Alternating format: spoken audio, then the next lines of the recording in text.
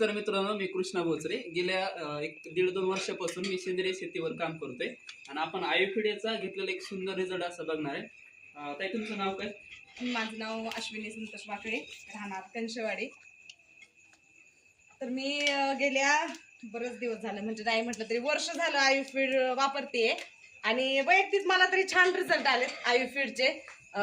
Last time ज्यावेळेस मी first time स्टार्टेडला सुरुवात केली त्यावेळेस मी थोड्या दिवस रिझल्टसाठी आयुर्वेद वापरलं होतं आणि नंतर काही कारणास्तव बंद केलं. तर त्यावेळेसच मला त्याचा रिझल्ट समजला होता की ज्यावेळेस बंद केलं त्यावेळेस माझं 35 लिटर मी दूध कमी आलं होतं आणि त्याच्यानंतर मी परत चालू केलं. त्याच्यानंतर रिटर्न जाग्यावरती तरी नाही, पण हळूहळू गाई परत स्टेबल झाल्या आणि छान असा या प्रोडक्टचा रिझल्ट मला आलेला आहे. आता खूप लोकांचं म्हणणं आहे बाबा गाईचं दूध वगैरे परवडत नाही, काही जण व्यवसाय बंद करतात. तुम्हाला काय सजेशन असेल तुमचं? ज्यांनी प्रॉपर पद्धतीने गाईंचा व्यवसाय समजून घेतलाय ना, म्हणजे ज्यांनी लोक 1 महिना करतात, ज्यावेळेस जास्त दूध आहे त्यावेळेस त्यांना परवडतं, दूध कमी झालं की त्यांना परवडत नाही, असं म्हणजे बरेच जण आहेत. पण आम्ही आज जवळजवळ बरंच जसं 8 ते 9 वर्ष झालं दूध व्यवसायात आहे. आणि जर वर्षाचं जर तुम्ही सरासरी काढा, कोणता बी जर गाई हा एक प्रकारचा बिझनेसच आहे आणि जर तुम्ही बिझनेस करताय तर त्याच्यामध्ये महिन्याचं कधी इन्कम चेक नसतं करायचं.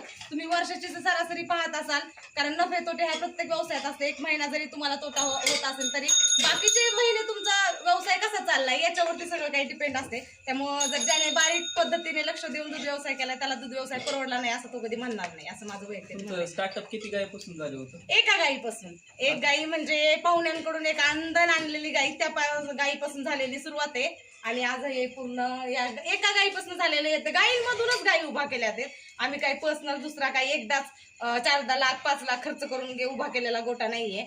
गायींच्या इन्कम मधूनच गायी उभ्या केल्यात आणि गायींचेच लागणारे सगळे प्रोडक्ट्स, कुटी मशीन, ट्रॅक्टर वगैरे सगळं काही आम्ही गायींमधून उभा केलेले. काय वाटतं आता आयुर्वेदचं एवढा तुम्हाला छान रिझल्ट भेटलाय, प्रत्येक शेतकऱ्याने यूज केलं पाहिजे? हो, केलं पाहिजे. आणि मेन म्हणजे काय प्रॉब्लेम आहे माहितीये का, बाकीचे प्रोडक्ट दिल्यानंतर गायींचे हाडे ढिसूळ होणे, असं बरेच काही प्रॉब्लेम्स उभा राहतात.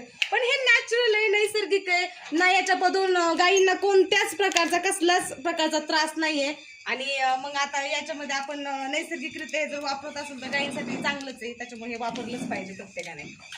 थँक्यू. वेलकम.